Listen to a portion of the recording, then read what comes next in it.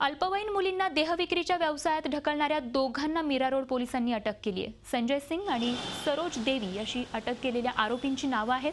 2 मुलींची खरेदी करून सेक्स रॅकेट चालवण्याचा या दोघांवर आरोप आहे। चित्रपटामध्ये नृत्य करण्याचं काम मिळवून देतो या बहाण्याने त्यांनी 2 अल्पवयीन मुलींची खरेदी करून त्यांना देहविक्रीच्या व्यवसायाला जुंपलं होतं। पीडित मुलींपैकी एकीनं घडला प्रकार एका रिक्षा चालकाला सांगितला आणि त्यानं पुढाकार घेऊन पोलिसांकरवी या 2 मुलींची सुटका केली।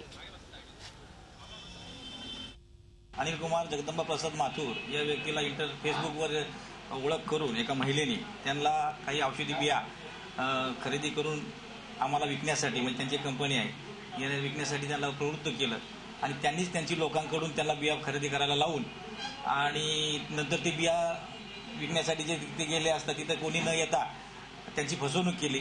त्यावरून मग आपण त्याचा तपास केला। त्यांनी ज्या अकाउंटवर पैसे ट्रान्सफर केले होते त्या अकाउंटच्या माध्यमातून आपण त्यांचा शोध घेऊन आपण आतापर्यंत 4 लोकांना अरेस्ट केलेले आहे आणि आणखी 4 लोक अरेस्ट करायचे। झी 24 तास रहा एक पाऊल पुढे।